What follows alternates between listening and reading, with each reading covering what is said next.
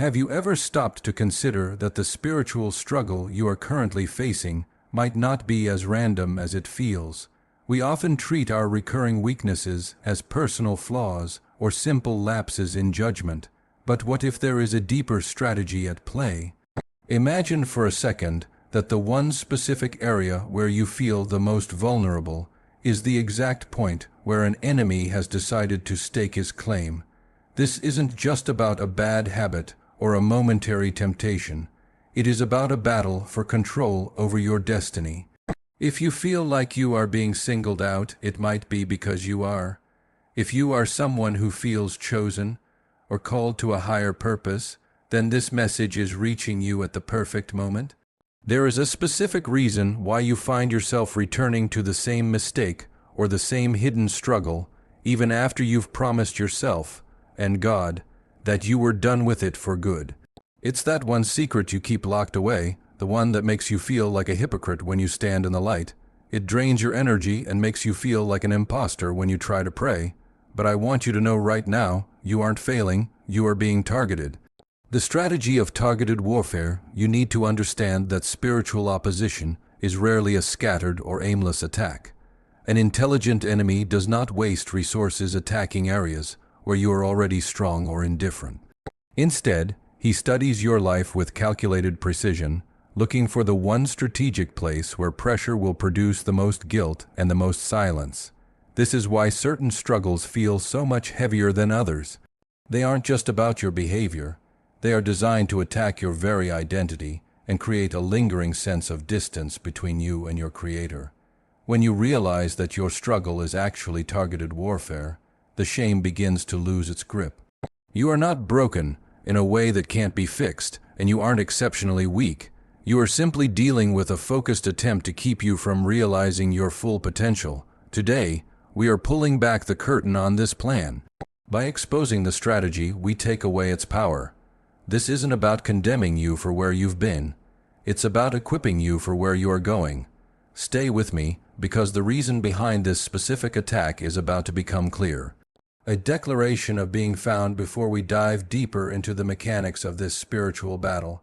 I want to invite you to do something simple but deeply significant. If this message is resonating with your soul, take a moment to engage with it. Like this video and subscribe to stay connected to this community of growth.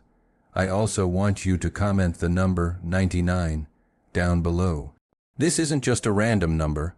It represents the biblical truth that a good shepherd will leave the 99 safe sheep to go after the one that is lost or struggling.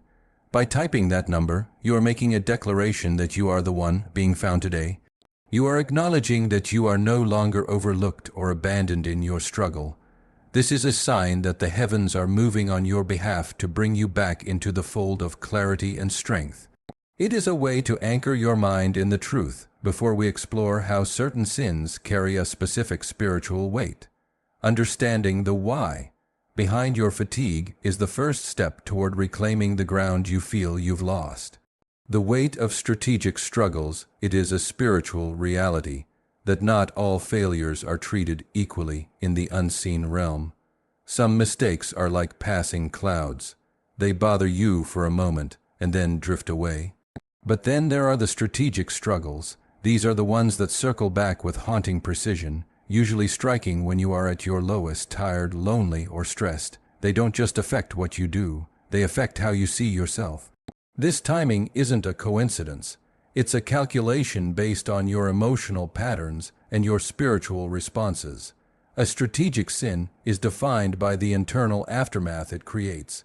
It is designed to produce shame rather than healthy conviction. While conviction is a gentle nudge that draws you closer to God for healing, shame is a heavy weight that pushes you into the shadows. It makes you want to hide.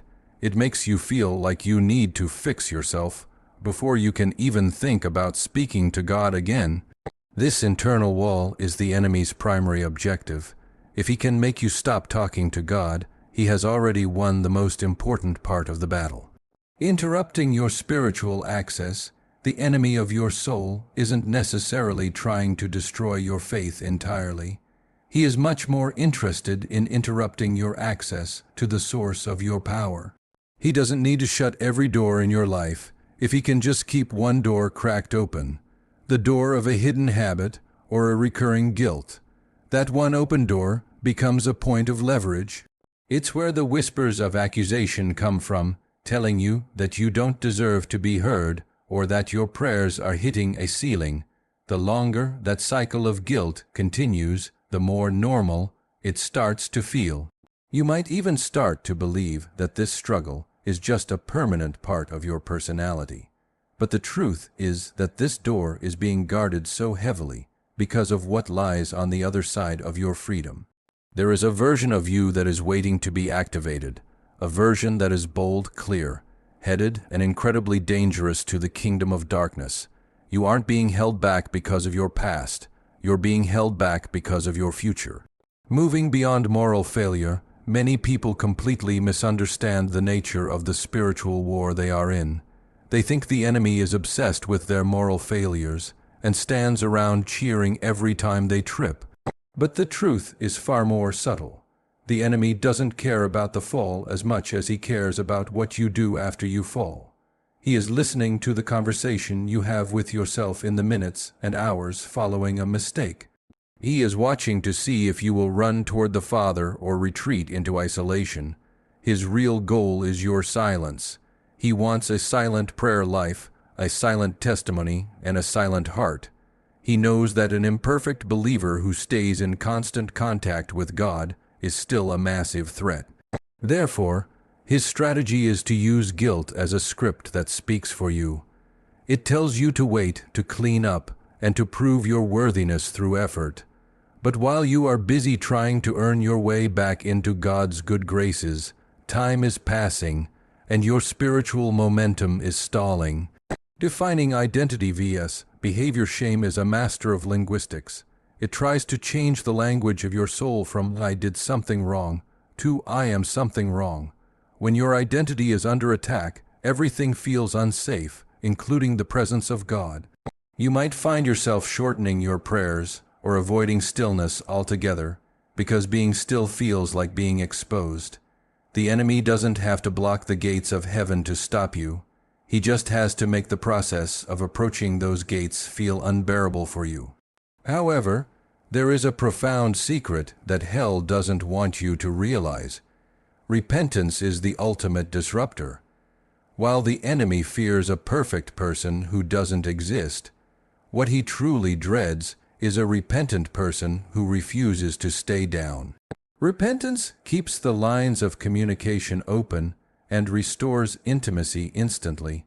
Every time you show up honestly before God, admitting your mess without trying to hide it, the enemy loses ground. He isn't trying to make you evil. He is just trying to make you quiet. The value of the targeted, if you are feeling an intense amount of pressure lately, it is time to stop viewing it as a sign of your failure and start viewing it as a sign of your value. In any conflict, the most fire is directed at the greatest threat. Ordinary, stagnant lives rarely provoke extraordinary opposition. If your life feels like a constant battlefield, it is likely because you carry a weight in the spirit that the enemy is desperate to contain. Your calling has consequences that reach far beyond your own life. Your obedience has the potential to unlock doors for your family, your community, and people you haven't even met yet. The enemy understands the ripple effect of your freedom better than you do. That is why the attacks are so personal and so persistent. He is trying to keep you focused on your feet so you never look up at the horizon. He wants to frame your spiritual opposition as a personal flaw so that you will be too embarrassed to lead or to step into the authority you were given. Dismantling the illusion of guilt, we need to take a serious look at how guilt functions as a spiritual sedative. It isn't just a lingering feeling, it is a weapon of paralysis. Sin might happen in a brief moment, but guilt is designed to echo for weeks, months, or even years. It convinces you that your faith should be put on pause until you feel a certain way, but faith is not an emotion, it is a position. When you let guilt dictate when you are allowed to be spiritual, you are essentially letting the enemy manage your schedule. This spiritual exhaustion isn't a sign that you are weak. It is a sign that you have been carrying a weight you were never meant to hold. A tired believer is much easier to manipulate. When you are spiritually drained, you start to question your discernment, and you become more susceptible to the lie that things will never change. But this fatigue is a tactic, not a permanent state of being. Once you realize that God's posture toward you hasn't changed despite your struggle, the power of guilt begins to dissolve. The revelation of presence here is a truth that can break the cycle once and for all. It is never the sin itself that separates you from the presence of God. It is the guilt you choose to carry afterward. Sin is a problem that is solved the moment you turn back to God, but guilt is a stubborn guest that refuses to leave even after you've been forgiven. The enemy uses this to create an internal distance. You might be physically in a church or reading a Bible, but your heart feels miles away because of the fog of shame. God has not grown frustrated with you. He isn't a human judge who gets fed up after the third or fourth mistake. He is a Father whose grace is specifically designed for the moments when you feel the most disqualified. The reason you feel stuck is simply because guilt has stepped in between you and the light, casting a long shadow over your path. But shadows have no substance. The moment you step into the truth of God's unchanging love, the shadow of your past has to vanish. Why the resistance spikes? Have you noticed that the pressure often gets worse right when you are on the verge of a breakthrough? There is a reason for that. The enemy doesn't fear your trying harder or your New Year's resolutions. He fears you waking up to the reality of who you are. He fears the moment you stop negotiating with your weaknesses and start standing in your authority. Freedom isn't just a release from a bad habit, it is the ignition of your true purpose. When the chain of a recurring struggle finally snaps, something dormant inside you begins to rise. This isn't a loud or flashy transition, but a quiet, steady return of confidence. You stop asking for permission to be a child of God, and you start living like one. You begin to see patterns and lies from a mile away. What used to tempt or confuse you suddenly looks small and insignificant. This clarity is the enemy's worst nightmare because a clear-headed believer is impossible to control. Reclaiming your spiritual authority returns the moment you stop filtering God's truth through your own shame. When you know who you are, the enemy no longer has permission to narrate your life. He can scream accusations all day long, but if they don't have a place to land, they carry no power. This entire battle was never really about the act you were struggling with. It was about the person you would become once you realized that the act didn't define you. Once the lie of disqualification is broken, your purpose can finally breathe again. You stop circling the same old lessons and start making actual progress.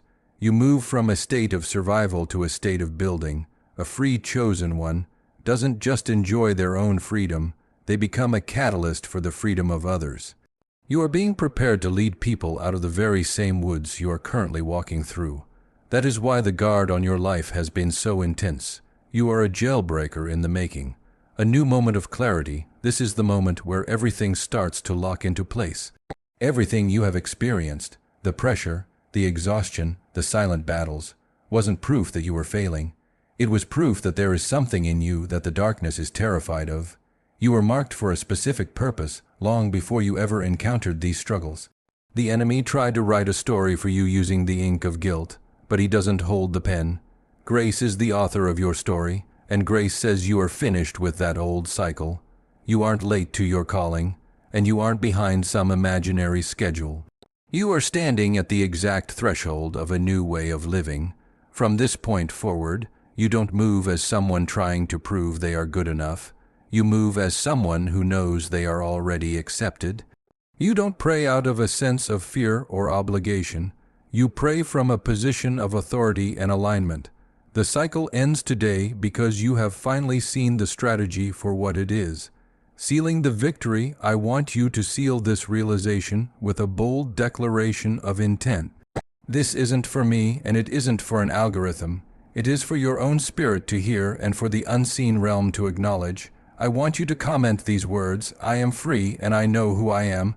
Let this be the line in the sand that separates your past from your future. By saying this, you are signaling that the enemy's access to your mind and your heart has been officially revoked. You are not dragging the weight of your old mistakes into this next season of your life. You are stepping out clean, clear, and firmly anchored in the truth. Take a deep breath and feel the literal weight of that old shame lifting off your shoulders. Stand up tall on the inside. This is not just the end of a message. It is the beginning of your return to power. Walk forward into your purpose and do not look back at the chains that have already fallen.